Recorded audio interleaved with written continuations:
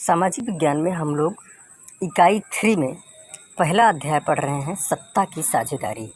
आज दूसरे दिन हम लोग एक प्रश्न पढ़ेंगे कि सत्ता की साझेदारी क्यों ज़रूरी है, इसका कोई युक्तिपरक और तर्कपूर्ण या नैतिक कारण बताइए। तो सत्ता की साझेदारी क्यों ज़रूरी है, इसका आंसर हम लोगों को लिखना है। किसी भी देश में जहाँ पर बहुत से जातीय लोग रहते हों, बहुत से जातियों के लोग रहते हों, या उस देश में बहुत से भाषा का उपयोग करने वाले लोग रहते हों, या बहुत से विभिन्न धर्मों को मानने वाले लोग रहते हों, उस देश में सत्ता की साझेदारी बहुत ही ज़रूरी होती है, आवश्यक होती है। क्योंकि यह प्रत्येक समूह को, चाहे वो धर्म का समूह हो, चाहे वो भाषा का समूह हो, चाहे जातियों का समूह हो, सभी को क्या करता है, समान रूप से सत्ता का अवसर प्रदान करता है। इसलिए सत्ता की साझेदारी ज़रूरी होती है।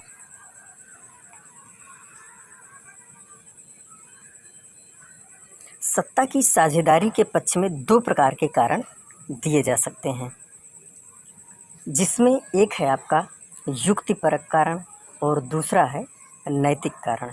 नेक्स्ट। तो पहला हम देखते हैं युक्तिपरक कारण, सत्ता की साझेदारी का युक्तिपरक कारण, जिसको अंग्रेजी में प्रूडेंशियल रीजन कहते हैं। तो युक्तिपरक का क्या अर्थ होता है, यहाँ पर देख लें। उपयुक्त का कारण, युक्तिपरक कारण को उपयुक्त कारण भी कहा जाता है और इसी को तर्कपूर्ण कारण भी कहा जाता है। तो युक्तिपरक कारण या उपयुक्त कारण या तर्कपूर्ण कारण यह कहता है कि सत्ता की साझेदारी से देश के अलग अलग जातीय, धार्मिक एवं भाषाई समूहों में संघर्ष के अवसर कम होते हैं।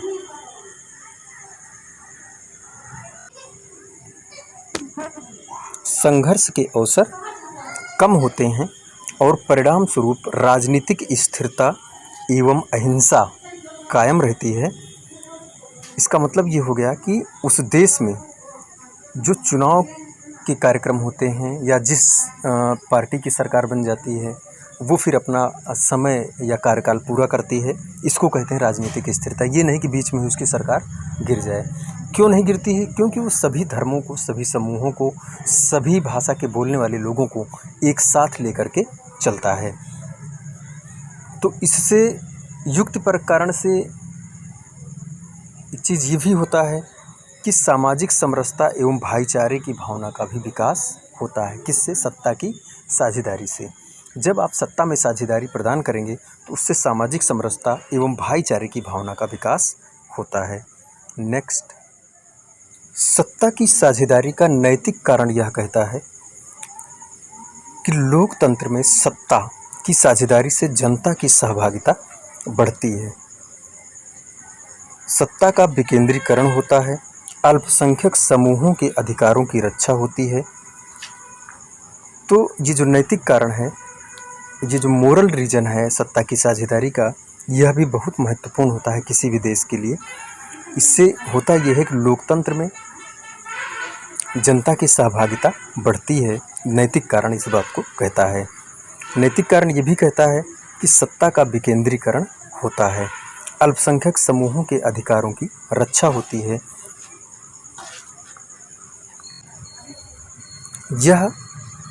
यह देश के लिए लाभदायक होता है। क्या? सत्ता की साझेदारी का जो तर्कपूर्ण कारण है वो ये कहता है कि इससे सत्ता में जनता की सहभागिता बढ़ती है, सत्ता का विकेंद्रीकरण होता है। यहाँ पर विकेंद्रीकरण का अर्थ ये होता है कि सत्ता का जो केंद्र होता है वो आम जनता तक होता है। अर्थात ऐसा ये नहीं कि सत्ता का केंद्रीकरण होता है या जो सत्ता होती है वह किसी एक व्यक्ति के हाथ में सीमित होती है, बल्कि यह जनता के हाथ में सीमित होती है। विकेंद्रीकरण का मतलब ये होता है सत्ता को बांट देना। तो इसीलिए कहा गया है कि सत्ता का विकेंद्रीकरण होता है। सत्ता की साझेदारी से अल्पसंख्यक समूहों के अधिकारों की रक्षा होती है। अल्पसंख्यक हम बता चुके हैं पहले ही, लेकिन फिर भी जान लीजिए कि अल्पसंख्यक उन्हें कहा जाता है जिनकी संख्या अपेक्षाकृत दूसरे समूह से या समुदाय से कम होती है, चाहे वो समुदाय जाति से संबंधित हो, चाहे वो समुदाय भाषा से संबंधित हो, चाहे वह समुदाय धर्म से संबंधित हो। तो इस प्रकार से यह जो सत्ता की साझेदारी होती है, यह किसी भी देश के लिए लाभदायक होती है।